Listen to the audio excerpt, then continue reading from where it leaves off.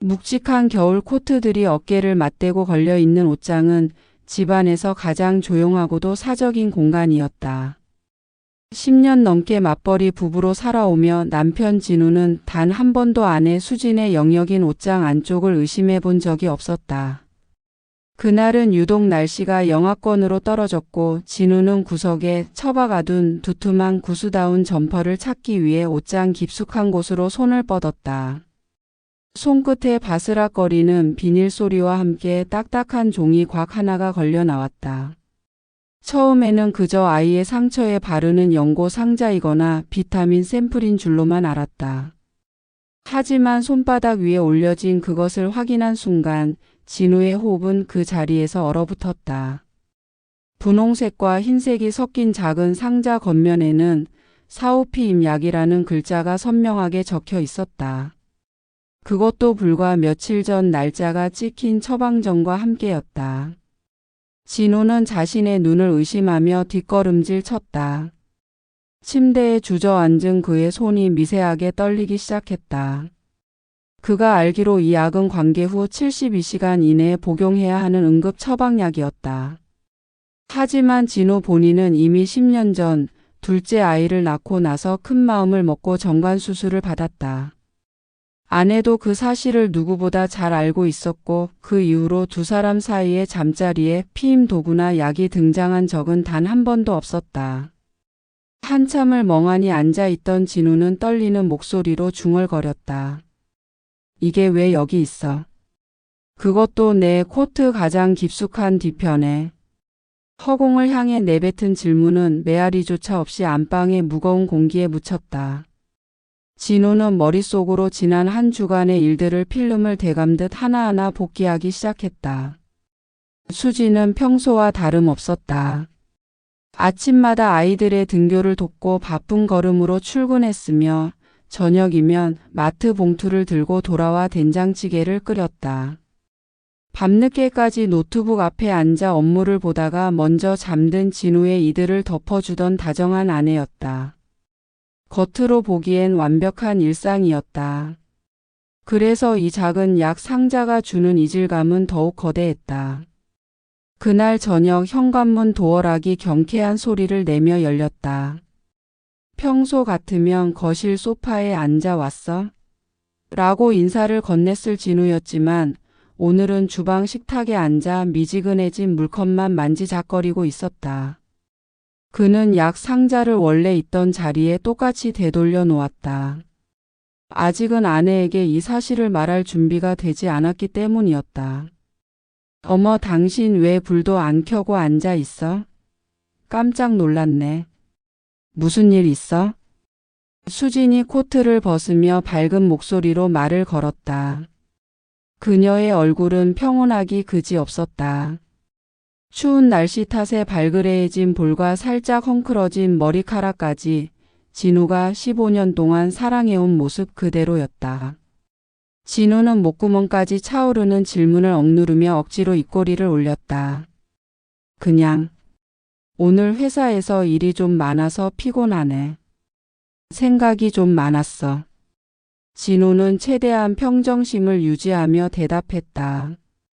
수지는 별다른 의심 없이 주방으로 다가와 그의 어깨를 가볍게 주무르며 위로의 말을 건넸다. 요즘 경기가 안 좋아서 다들 힘들다더라. 너무 스트레스 받지 마. 내가 맛있는 거 해줄까? 냉장고에 당신 좋아하는 소고기 사다 놓은 거 있는데. 아내의 부드러운 손길이 닿은 어깨가 화상을 입은 듯 뜨겁게 느껴졌다. 진우는 자신도 모르게 몸을 살짝 비틀어 그녀의 손길을 피했다. 수진의 손이 허공에서 잠시 멈칫하더니 이내 자연스럽게 냉장고 문을 열었다. 당신 진짜 많이 피곤한가 보다. 얼른 씻고 좀 쉬어. 내가 얼른 고기 구울게. 수지는 평소처럼 앞치마를 두르고 분주하게 움직였다. 고기를 굽는 냄새와 된장찌개의 김이 주방을 채우기 시작했다. 진우는 식탁 아래서 주먹을 꽉 쥐었다. 저 천연덕스러운 모습이 과연 치밀한 연기인지 아니면 자신이 발견한 그 약 상자가 사실은 아무것도 아닌 어떤 오해의 산물인지 분간이 가지 않았다. 혹시라도 아내가 직장 동료의 부탁으로 대신 처방을 받아준 것은 아닐까 하는 신락 같은 희망도 품어보았다. 하지만 자신의 이름으로 된 처방전이 아니었다면 굳이 남편의 옷장 깊은 곳에 숨길 이유가 없었다. 식사를 마친 후 진우는 거실 한구석에 앉아 아내의 뒷모습을 관찰했다. 수지는 설거지를 마치고 소파에 앉아 스마트폰을 보고 있었다. 가끔씩 입가에 아주 옅은 미소가 번졌다가 사라지는 것을 진우는 놓치지 않았다. 뭐 재미있는 거 봐? 요즘 기분 좋은 일 있나 봐? 진우의 갑작스러운 질문에 수지는 움찔하며 화면을 껐다. 평소보다 반응 속도가 반 박자 늦었다. 응? 그냥 회사 단톡방. 부장님이 또 이상한 아재 개그 올리셔서. 당신도 볼래? 진짜 말도 안 되는 소리만 하신다니까. 수지는 자연스럽게 스마트폰을 내밀었다. 하지만 진우는 고개를 저었다. 그녀가 저렇게 당당하게 보여주려 할 때는 이미 대화 내용이 정리되었거나 정말 아무것도 없다는 뜻임을 그는 오랜 결혼 생활을 통해 알고 있었다.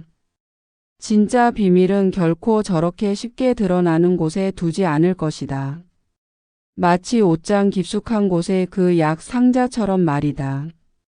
진우는 다시 옷장 쪽으로 시선을 돌렸다. 그 어두운 구석에 숨겨져 있던 작은 상자는 이제 진우의 마음속에서 거대한 의심의 괴물이 되어 자라나고 있었다.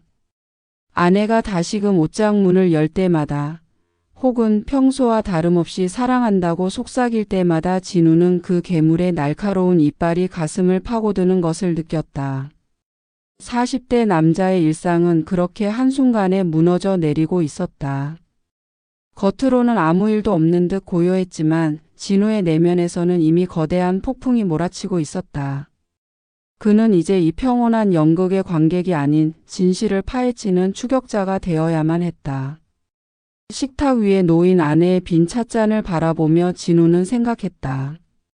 저 입술이 며칠 전 누구의 이름을 불렀을지, 저 손이 누구의 온기를 탐했을지 생각하자 구역질이 올라왔다. 진우는 결심했다. 아내의 모든 동선을, 그녀의 모든 소비를, 그리고 그녀가 숨기고 있는 진실의 실체를 반드시 찾아내겠노라고. 그것이 비록 자신을 파멸로 이끄는 길일지라도 이 지옥 같은 의심 속에서 사느니 차라리 끝을 보는 게 낫다. 수진아, 나 오늘 좀 많이 피곤해서 먼저 들어갈게. 당신도 너무 늦게까지 핸드폰 보지 말고 자. 진우의 말에 수지는 고개를 끄덕이며 대답했다. 알았어, 여보. 얼른 들어가서 쉬어. 나도 금방 따라갈게. 그 다정한 목소리가 오늘따라 진우의 심장을 날카롭게 핥히었다. 그는 어두운 침실에 누워 천장을 바라보았다. 옷장 속의 그 작은 상자가 내뿜는 차가운 진실이 어둠 속에서 번뜩이는 것만 같았다. 15년의 세월이 단 한 알의 약으로 부정당할 수 있다는 사실이 믿기지 않았다. 진우는 밤새 잠들지 못한 채 다가올 내일의 잔인한 관찰을 준비했다. 이제 그의 삶에서 평범한 가장의 일상은 끝이 났고 오직 진실을 쫓는 고독한 남자의 시간만이 남겨져 있었다. 그날 이후 진우의 일상은 소리 없는 전쟁터가 되었다. 겉으로는 평소와 다름없이 아침에 일어나 아내가 차려준 국에 밥을 말아 먹고 출근을 했지만 그의 모든 신경은 아내 수진의 일거수일투족에 곤두서 있었다. 퇴근 후 거실 소파에 앉아 신문을 보거나 TV 채널을 돌릴 때도 그의 눈은 화면이 아닌 주방에서 설거지를 하거나 안방에서 옷을 정리하는 수진의 뒷모습을 쫓았다.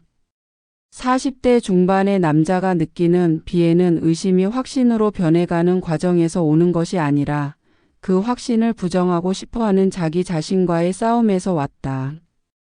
진우는 먼저 아내의 가장 내밀한 부분부터 살피기 시작했다. 보통 여자들이 바람이 나면 속옷부터 바꾼다는 세간의 이야기를 어디선가 들은 적이 있었다. 그는 수진이 잠들거나 샤워를 하러 들어간 틈을 타 빨래 바구니와 속옷 서랍을 뒤졌다. 하지만 그곳에는 진우가 익히 보아온 세월의 흔적이 조금씩 묻어나는 무채색의 면 속옷들 뿐이었다. 레이스가 달린 화려한 디자인이나 평소 입지 않던 과감한 색상의 속옷은 눈을 씻고 찾아봐도 없었다. 아내의 출근 복장 역시 10년째 고수해온 단정한 블라우스에 무릎까지 오는 슬랙스 차림 그대로였다. 여보, 오늘 내 넥타이 어디 있는지 알아? 파란색 줄무늬 있는 거 말이야. 진우는 일부러 안방으로 들어가 화장대 앞에 앉아 귀걸이를 고르는 수진에게 물었다. 수진은 거울을 통해 그를 보며 싱긋 웃었다. 그 미소는 너무나 맑고 투명해서 진우의 가슴을 더 아프게 찔렀다. 두 번째 서랍 오른쪽 끝에 있잖아. 당신은 내가 없으면 아무것도 못 찾는다니까. 정신 좀 차리고 살아요, 과장님. 수진은 자리에서 일어나 진우의 셔츠 깃을 바로 잡아주며 다정하게 속삭였다. 진우는 소름이 돋았다. 만약 저 미소가 거짓이라면 수진은 이 세상에서 가장 완벽한 연기자일 것이라는 생각이 들었다. 그는 아내의 지갑도 몰래 열어보았다. 신용카드 명세서와 영수증들을 낱낱이 훑었다. 회사 근처의 샌드위치 가게, 아이들이 좋아하는 피자 전문점, 늘 다니는 동네 마트와 약국. 명세서 그 어디에도 낯선 호텔의 이름이나 고가의 명품관 결제 내역은 존재하지 않았다. 현금을 찾아 쓴 흔적조차 드물었다. 진우는 점차 지독한 혼란에 빠졌다. 옷장에서 발견한 그 사오피 임약 상자가 정말 자신의 지독한 착각이었을까 하는 의구심이 들기 시작했다. 하지만 그 상자는 분명히 존재했고 아내의 이름으로 된 처방전도 확실했다. 일주일이 넘는 시간 동안 그림자처럼 아내를 관찰했지만 물증은커녕 심증을 굳힐 만한 사소한 변화조차 발견하지 못한 진우는 가슴이 터져 나갈 것 같았다. 수진아, 요즘 회사 일은 어때? 많이 바빠? 퇴근하고 피곤해 보이길래. 어느 날 저녁 진우는 떠보듯 물었다. 수진은 텔레비전 채널을 돌리며 무심하게 대답했다. 똑같지 뭐. 연말이라 결산 업무 때문에 좀 정신없긴 해. 그래도 당신만큼 힘들겠어? 돈 벌어오느라 고생하는 건 우리 남편이지. 그래도 가끔 늦게 들어오는 날도 있고 하니까 걱정돼서 그렇지. 혹시라도 무슨 일 있으면 나한테 말해. 걱정도 팔자네. 내가 어디 가서 사고라도 칠까봐 그래. 당신 나 못 믿어? 수진이 장난스럽게 웃으며 진우의 옆구리를 찔렀다. 진우는 억지로 웃어 보였지만 식은땀이 등을 타고 흘렀다. 못 믿느냐는 그 질문에 아니라고 대답할 수 없는 자신이 괴물처럼 느껴졌다. 주말 오후 거실에서 함께 과일을 먹던 중 수진의 휴대폰이 짧게 진동했다. 진우의 눈동자가 순식간에 수진의 손으로 향했다. 아내는 아주 자연스럽게 휴대폰을 집어들었다. 누구야? 이 시간에 회사에서 연락 오나? 진우가 최대한 덤덤한 척 물었다. 수진은 화면을 쓱 확인하더니 아무렇지 않게 식탁 위에 휴대폰을 엎어 놓았다. 응, 지영이야. 다음 달에 동창회 날짜 잡는다고 단톡방이 시끄럽네. 당신도 알지? 내 고등학교 친구 지영이. 애들 교육 문제로 머리 아프다고 하소연이야. 알지. 그 친구는 잘 지낸대? 조만간 한번 같이 봐야겠네. 그럼 여전하지 뭐. 나중에 날 잡아서 같이 저녁이나 먹자. 수지는 사과 한 조각을 포크로 찍어 진우의 입가에 가져다 대었다. 진우는 아내가 내미는 사과를 받아 씹었지만 그 맛이 모래알을 씹는 것처럼 서글펐다. 아내의 눈은 여전히 맑았고 손길은 다정했다. 40대 가장으로서 쌓아온 경험과 직감은 무언가 뒤틀려 있다고 끊임없이 경고하고 있었지만 눈앞의 현실은 너무나 평화로워 그 경고를 무시하고 싶게 만들었다. 밤이 깊어 수진이 깊은 잠에 빠진 것을 확인한 진우는 조심스럽게 거실로 나왔다. 그는 아내가 엎어놓았던 휴대폰을 집어들었다. 패턴은 이미 알고 있었다. 떨리는 손가락으로 화면을 해제하고 카카오톡 대화 목록을 살폈다.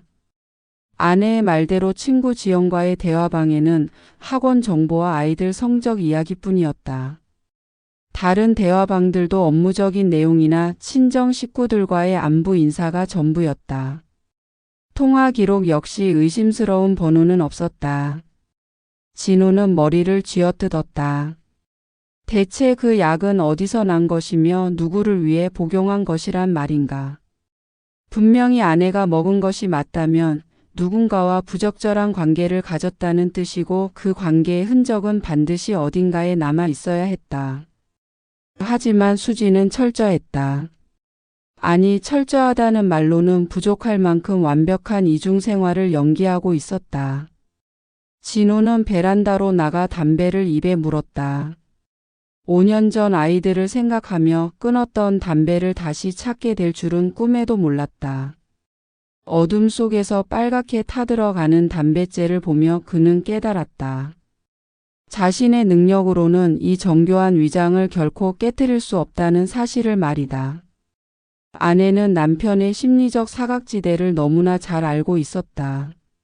카드를 쓰지 않고 옷차림을 바꾸지 않으며 휴대폰을 숨기지 않음으로써 오히려 가장 강력한 방어벽을 치고 있었던 것이다. 여보, 안 자고 여기서 뭐해? 담배 피워? 갑자기 등 뒤에서 들려온 목소리에 진우는 깜짝 놀라 담배를 뒤로 감췄다. 수진이 잠이 덜 깬 얼굴로 베란다 문을 열고 서 있었다. 그녀의 눈에 비친 진우의 모습은 아마도 초라한 중년 남자의 뒷모습이었을 것이다. 잠이 좀 안 와서. 바람 좀 쐬고 있었어. 당신 깨웠나 보네. 미안해. 당신 요즘 정말 힘들구나. 담배까지 다시 피우고. 내가 너무 당신 신경을 못 썼나 봐. 내일은 우리 애들 데리고 교회로 드라이브라도 다녀올까? 당신 좋아하는 백숙 먹으러 가자. 거기 물소리 들으면 기분 좀 나아질 거야. 수지는 진우의 곁으로 다가와 그의 허리를 꼭 껴안았다. 그녀의 따뜻한 체온이 전해질수록 진우의 심장은 차갑게 식어갔다. 이 다정함 아래 숨겨진 진실은 도대체 무엇일까? 그는 수진의 머리카락에서 나는 익숙한 샴푸 향기를 맡으며 결심했다. 내일 당장 전문가를 찾아가기로. 자신의 눈이 멀어버린 것이라면 다른 이의 눈을 빌려서라도 이 지옥 같은 불확실성을 끝내야만 했다. 당신 말이 맞아. 내일은 좀 쉬자. 고마워, 수진아. 진호는 수진의 등을 다독이며 대답했다. 하지만 그의 시선은 아내의 어깨 너머 아직도 옷장 깊숙한 곳에 남아있을 그 빈 약 상자의 환영을 쫓고 있었다. 40대 가장으로서 지켜온 소중한 가정이 모래성처럼 서서히 허물어지는 소리가 진우의 귓가에 환청처럼 들려오는 기나긴 밤이었다. 아내의 품 안에서 진우는 처음으로 진정한 고독을 느꼈다. 결국 진우는 평범한 직장인의 일상을 뒤로하고 도심 외곽의 한 허름한 건물 4층에 위치한 사무실을 찾았다. 간판도 없이 민형사 사건 조사라는 딱딱한 문구만 적힌 문 앞에서 그는 한참을 망설였다. 40대 중반의 가장이 이곳까지 오게 된 비참함은 말로 다 할 수 없었지만 매일 밤 다정하게 웃으며 자신을 안아주는 아내의 얼굴 뒤에 숨겨진 진실을 알지 못하고서는 단 하루도 버틸 수 없을 것 같았다. 문을 열고 들어가자 담배 연기가 자욱한 방 안에서 날카로운 눈매의 남자가 그를 맞이했다. 진우는 떨리는 손으로 아내의 사진과 평소 동선, 그리고 그날 발견했던 약 상자의 사진을 내밀었다. 제 아내입니다. 일주일 넘게 제가 직접 살펴봤지만 아무것도 나오지 않았습니다. 카드 내역도 깨끗하고 속옷이나 옷차림도 평소 그대로예요. 하지만 제 직감은 틀리지 않았을 겁니다. 전문가의 눈으로 봐주십시오. 제가 틀렸다면 기꺼이 미친 놈 소리를 듣겠습니다. 진호의 말에 탐정이라 불리는 남자는 사진을 유심히 살피더니 짧게 대답했다. 선생님처럼 아무것도 안 나온다고 찾아오시는 분들이 사실 제일 무서운 경우입니다. 대개는 둘 중 하나죠. 정말 결백하거나 아니면 상대가 선생님을 너무 잘 알아서 완벽하게 속이고 있거나. 일단 일주일만 지켜봅시다. 그날부터 진우에게는 지옥 같은 기다림의 시간이 시작되었다. 회사에서 회의를 하다가도 휴대폰 진동이 울리면 심장이 덜컥 내려앉았다. 퇴근 후 집에 돌아와 아내 수진과 마주 앉아 밥을 먹을 때면 그녀의 일상을 낱낱이 파헤치고 있을 타인의 시선이 떠올라 죄책감과 분노가 동시에 치밀었다. 여보, 오늘 국이 좀 싱거? 왜 그렇게 멍하니 있어? 수진이 걱정스러운 눈빛으로 국자를 내려놓으며 물었다. 그 눈빛은 여전히 선량하고 따뜻했다. 진우는 억지로 숟가락을 놀리며 대답했다. 아니야, 맛있어. 요즘 연말이라 큰 프로젝트가 하나 들어와서 그래. 신경 쓸 게 좀 많네. 너무 무리하지 마. 당신 건강이 제일 중요하잖아. 힘들면 이번 주말엔 애들 친정에 맡기고 우리 둘이 온천이라도 다녀올까? 아내의 제안은 너무나 일상적이고 헌신적이었다. 진호는 이 여자가 정말로 다른 남자의 품에 안겼던 사람인지 아니면 자신이 정말 의처증에 걸린 불쌍한 남자인지 혼란스러웠다. 사흘째 되는 날 오후 사무실 화장실에서 볼일을 보던 진우의 휴대폰으로 메일 도착 알림이 떴다. 탐정으로부터 온 중간 보고서였다. 진우는 화장실 칸 문을 잠그고 떨리는 손으로 파일을 열었다. 첫 장에는 평소와 다름없는 수진의 출근길 사진이 있었다. 하지만 장을 넘길수록 사진 속 수진의 모습은 진우가 알던 아내와는 조금씩 달라지기 시작했다. 수진은 퇴근 후 평소처럼 버스 정류장으로 향하는 대신 회사 뒷골목에 위치한 낡은 상가 건물로 들어갔다. 그곳은 1층에 오래된 반찬 가게가 있는 평범한 건물이었다. 10분 뒤 건물 뒷문으로 나온 수진은 놀랍게도 안경을 벗고 머리를 풀어헤친 모습이었다. 그리고 그녀를 기다리고 있던 검은색 세단에 자연스럽게 올라탔다. 사진 속 차 안에서 운전석의 남자가 수진의 뺨을 어루만지는 모습이 찍혀 있었다. 화질은 다소 거칠었지만 수진의 얼굴에 핀 웃음만큼은 너무나 선명했다. 진우가 퇴근하고 돌아오면 늘 보여주던 그 편안하고 익숙한 미소가 아니라 마치 20대 시절 처음 사랑에 빠졌을 때나 볼 법한 수줍고도 화사한 웃음이었다. 진우는 벽을 짚고 간신히 몸을 지탱했다. 심장이 터질 듯이 뛰었고 눈앞이 캄캄해졌다. 아내가 카드를 쓰지 않았던 이유가 밝혀졌다. 그녀는 퇴근길에 잠시 그 상가에 들러 화장을 고쳤고 모든 이동은 남자의 차를 이용했다. 남편이 퇴근하기 전까지 모든 흔적을 지우고 돌아오기 때문에 집안에서의 그녀는 완벽한 아내로 남을 수 있었던 것이다. 그날 저녁 진우는 탐정에게 전화를 걸었다. 목소리가 형편없이 떨려 나왔다. 그 남자, 누군지 확인됐습니까? 네, 예상외로 가까운 곳에 있더군요. 선생님께서도 아시는 분일 겁니다. 아내분의 대학 동기이자 현재는 유명 법무법인에 있는 변호사더군요. 두 사람 꽤 오래된 사이 같습니다. 카드를 쓰지 않고 현금만 사용하며 동선을 꼬는 걸 보니 보통 치밀한 게 아닙니다. 아내분께서 약을 옷장에 두신 건 아마도 그날따라 급하게 약 기운에 취해 실수하신 모양입니다. 진우는 전화를 끊고 한참을 멍하니 서 있었다. 배신감보다 더 큰 것은 자신이 믿어온 15년의 세월이 통째로 부정당했다는 허망함이었다. 집으로 돌아가는 길 거리의 불빛들이 마치 자신을 비웃는 것처럼 느껴졌다. 현관문을 열자 익숙한 저녁 내음이 코끝을 찔렀다. 수지는 앞치마를 두른 채 밝은 얼굴로 그를 맞이했다. 여보, 오늘 고생 많았지? 당신 좋아하는 갈치조림 했어. 얼른 손 씻고 와. 수지는 진우의 가방을 받아들며 다정하게 웃었다. 방금 전 사진 속에서 낯선 남자의 차에 올라타던 그 여자와 동일 인물이라고는 도저히 믿기지 않는 모습이었다. 진우는 아내의 얼굴을 물끄러미 바라보았다. 왜 그렇게 봐? 내 얼굴에 뭐 묻었어? 수진이 제 얼굴을 만지며 묻자 진우는 가까스로 목소리를 가다듬고 대답했다. 아니, 그냥 오늘따라 당신이 참 예뻐 보여서. 어머, 징그럽게 왜 이래? 빨리 씻기나 해. 수지는 까르르 웃으며 주방으로 돌아갔다. 진우는 그녀의 뒷모습을 보며 코트 주머니 속에 숨긴 휴대폰을 꽉 쥐었다. 그 안에는 그녀의 완벽한 위장이 처참하게 깨진 증거들이 가득했다.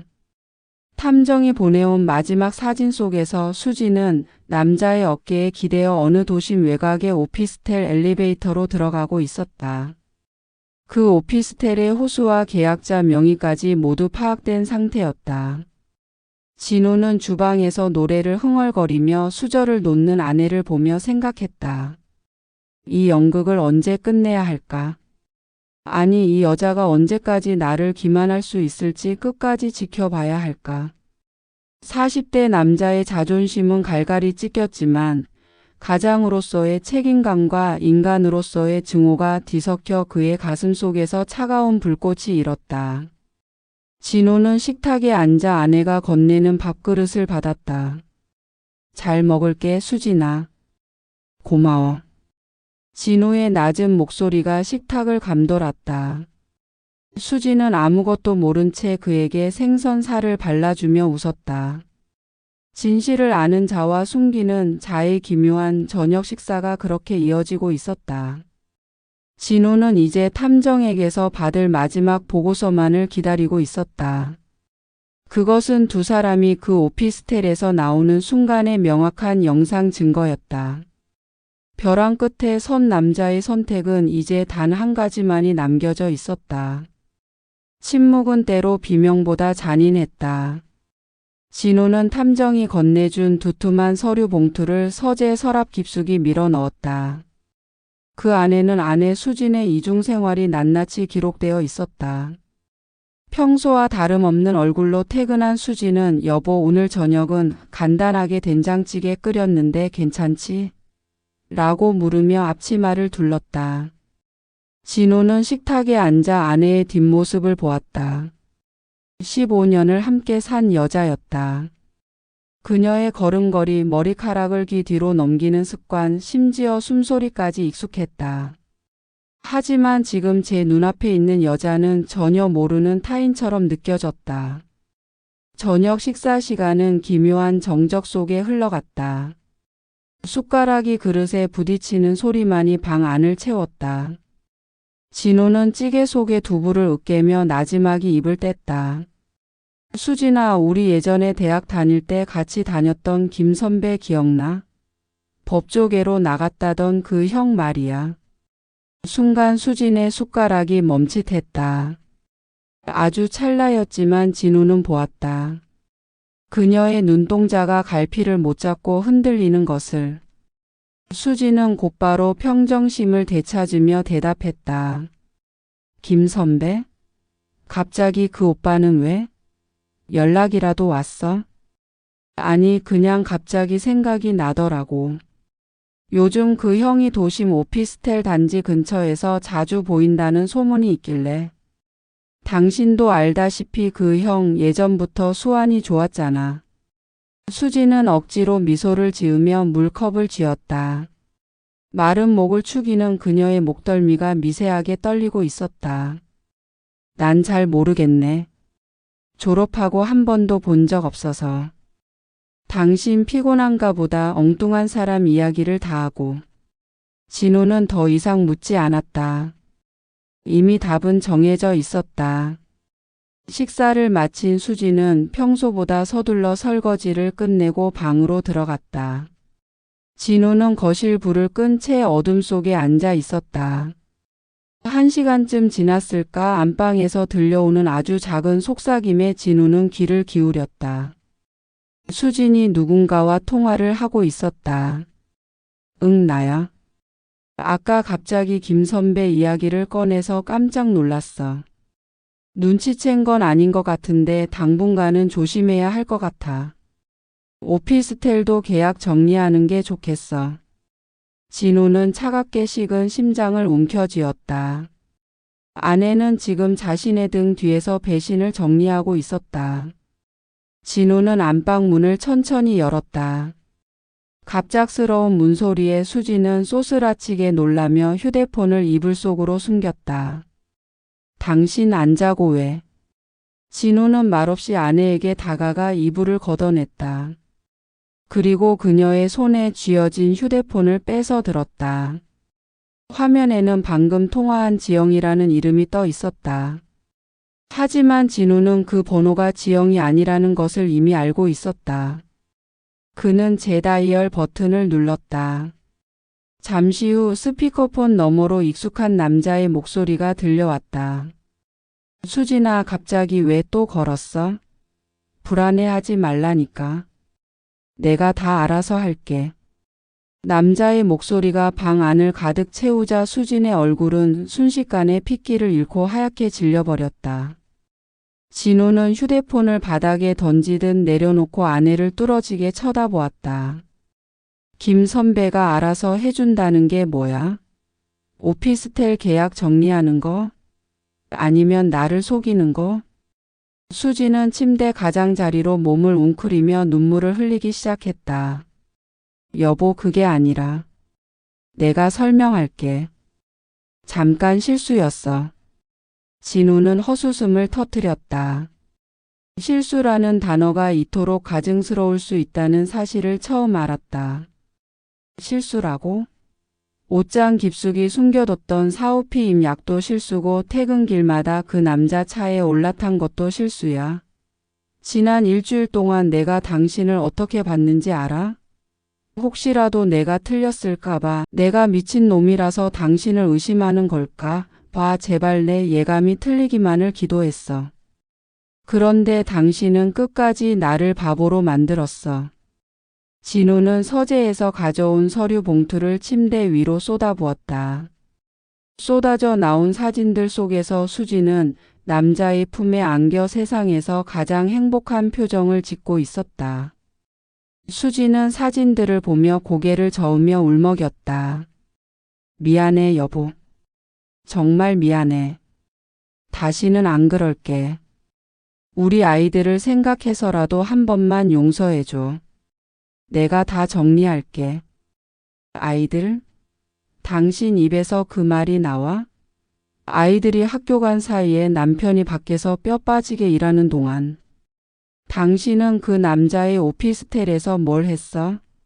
당신이 입고 있는 그 평범한 옷차림이, 그 가식적인 다정함이 나를 얼마나 구역질 나게 하는지 알아? 진우는 가슴 깊은 곳에서 치밀어 오르는 분노와 슬픔을 억누르며 진가방을 꺼냈다. 수진이 그의 바지가랑이를 붙잡았지만 진우는 차갑게 그녀를 뿌리쳤다. 당신이 지키고 싶어 했던 그 평범한 일상은 오늘부로 끝이야. 난 더 이상 당신의 연극에 관객으로 남아있을 생각이 없어. 내일 변호사를 통해서 서류 보낼 테니까 준비해. 진우는 집을 나섰다. 등 뒤에서 들려오는 수진의 통곡 소리도 더 이상 그의 마음을 흔들지 못했다. 밤 공기는 차가웠고 도시는 여전히 화려한 불빛으로 가득했다. 40대 가장으로서 지켜온 모든 것이 무너진 밤이었지만 역설적이게도 진우는 처음으로 가슴을 짓누르던 그 무거운 의심에서 해방된 기분을 느꼈다. 그는 자신의 차에 올라타 시동을 걸었다. 백미러로 보이는 집의 불빛이 멀어져 갔다. 이제 그는 단 한 번도 상상해 본 적 없는, 하지만 오롯이 혼자 감당해야 할 새로운 삶의 길로 차를 몰았다. 아내의 사후피임 약에서 시작된 그 작은 의심의 끝은 15년의 세월을 태워버린 거대한 불길이 되어 그의 뒤를 삼키고 있었다. 진우는 핸들을 꽉 쥐었다. 눈물이 뺨을 타고 흘렀지만 그는 닫지 않았다. 이제 모든 진실을 마주했으니 남겨진 고통을 견디는 것 또한 자신의 몫임을 알고 있었다. 어둠을 가르며 달리는 차의 전조등만이 그가 가야 할 길을 묵묵히 비추고 있었다. 그로부터 1년이라는 시간이 흘렀다. 한때 따뜻한 온기가 가득했던 집안의 공기는 서늘하게 식어 있었고 거실 한편에 걸려 있던 가족 사진은 떼어낸 자리에 휑한 자국만을 남겼다. 진우는 식탁에 앉아 법원으로부터 날아온 두툼한 서류 뭉치를 가만히 내려다보았다. 이혼 소송 승소 판결문과 상간남을 상대로 제기한 손해배상 청구 소송의 결과가 담긴 종이들이었다. 소송 과정은 진흙탕 싸움 그 자체였다. 아내 수지는 처음에는 눈물로 호소하다가 나중에는 진우의 정관수술 이후 부부 관계가 소원해졌다며 오히려 진우에게 책임을 돌리는 파렴치한 주장을 펼쳤다. 하지만 진우가 탐정을 통해 확보한 오피스텔 출입 영상과 숙박업소 결제 내역 그리고 결정적으로 옷장에서 발견했던 그 사후피임 약의 처방 기록은 번복할 수 없는 증거가 되었다. 법원은 수진의 유책 사유를 100% 인정했고 진우에게 아이들의 양육권과 위자료 승소 판결을 내렸다. 여보 아니. 진우 씨. 제발 한 번만 다시 생각해 주면 안 될까? 내가 미쳤었나 봐. 정말 죽고 싶어. 판결이 확정되던 날 법원 복도에서 수진이 그의 소매를 붙잡으며 애원했다. 1년 전에 단정했던 모습은 온데간데 없었다. 화장은 얼룩져 있었고 눈가는 푹 패어 초췌하기 이를 데 없었다. 화려한 변호사 남편과 평온한 가정을 모두 잃은 그녀의 손등은 거칠게 트고 떨리고 있었다. 진호는 냉정하게 그녀의 손을 뿌리쳤다. 죽고 싶다는 말 그 남자 앞에서도 했나? 내 집에서 내 아이들 엄마로 살면서 당신이 누렸던 그 모든 평범함이 얼마나 큰 가치였는지 이제야 알겠어. 당신이 버린 건 나뿐만이 아니라 당신 인생 전체야. 진우는 뒤도 돌아보지 않고 법원을 빠져나왔다. 상간남이었던 김 선배 역시 무사하지 못했다.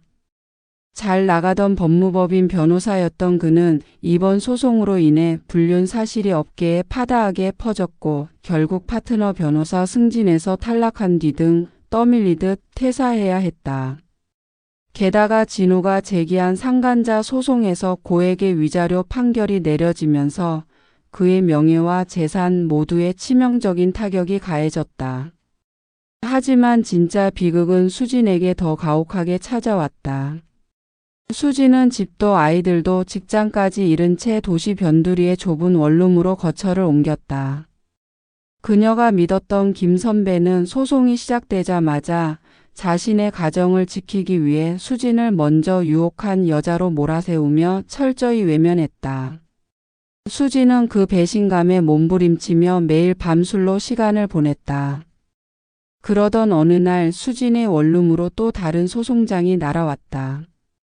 김 선배의 아내로부터 온 상간녀 위자료 청구 소송이었다. 김 선배의 아내는 남편의 외도를 알게 된 후 남편을 용서하는 조건으로 수진에게 모든 법적 책임을 묻기로 한 것이었다. 수진에게는 더 이상 낼 위자료도 변호사를 선임할 비용도 남아있지 않았다. 여보, 나 정말 길바닥에 나앉게 생겼어. 아이들 봐서라도 조금만 도와주면 안 돼? 빌린 돈이라고 생각하고 갚을게. 제발. 늦은 밤 공중전화로 걸려온 수진의 목소리는 갈라져 있었다. 진우는 수저를 놓으며 수화기 너머의 흐느낌을 들었다. 한때는 목숨보다 사랑했던 여자의 몰락이었지만 신기하게도 가슴속에 어떤 동정심도 잃지 않았다. 수진아, 40대 남자가 인생을 걸고 지켰던 가정을 부순 대가가 고작 그 정도라고 생각해. 그 돈이 있으면 난 우리 아이들 신발 한 켤레 더 사줄 거야. 다시는 연락하지 마. 당신은 이미 나한테 죽은 사람이야. 진우는 거실로 나가 아이들이 잠든 방의 문을 조심스럽게 열어보았다.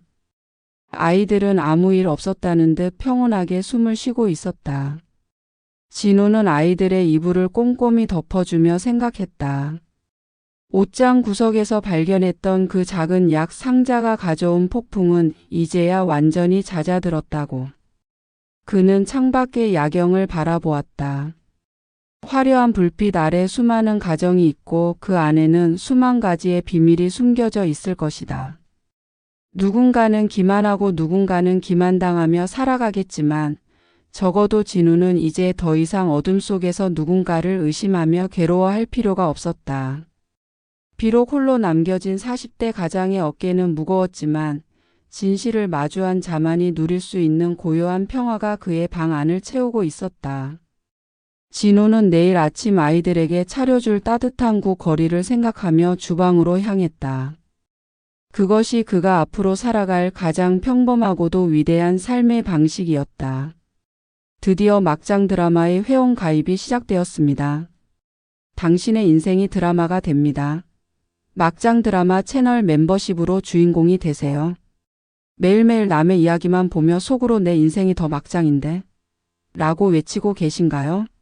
현실보다 더 리얼하고 상상을 초월하는 사연들로 꽉 찬 막장 드라마 채널이 이제 당신의 이야기를 기다립니다.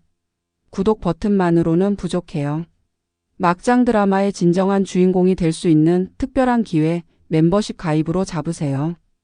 1단계 막장 2플러스로 특권을 누리세요. 월 1,990원. 월 1,990원 커피 한 잔 값으로 평범한 시청자에서 특별한 멤버가 됩니다. 회원 전용 영상 무제한 시청은 기본. 오직 회원만이 볼 수 있는 비밀 콘텐츠를 마음껏 누리세요. 게다가 댓글이나 실시간 채팅 시 당신의 닉네임 옆에 가입 기간에 따라 빛나는 특별한 회원 배지가 부여됩니다. 채널 커뮤니티에서 당신의 존재감을 확실하게 드러내고 특별 대우를 받아보세요. 2단계 막장 트리플 플러스로 당신의 사연에 생명을 불어넣으세요. 월 12,000원. 이것이 바로 막장 드라마 멤버십의 하이라이트이자 당신이 가입해야 할 가장 큰 이유입니다. 당신의 인생 막장 스토리가 드라마 대본으로 탄생합니다. 어디 가서도 말 못했던 가슴속에 묻어뒀던 그 기막힌 사연을 저희에게 보내주세요.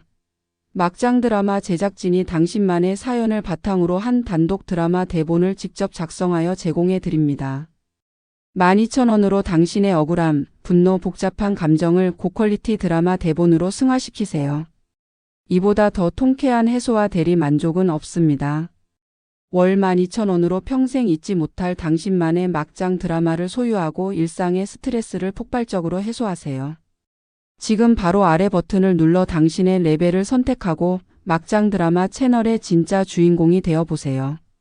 지금 보시는 영상을 보실 수 있습니다. 지금 바로 가입 버튼 눌러주세요.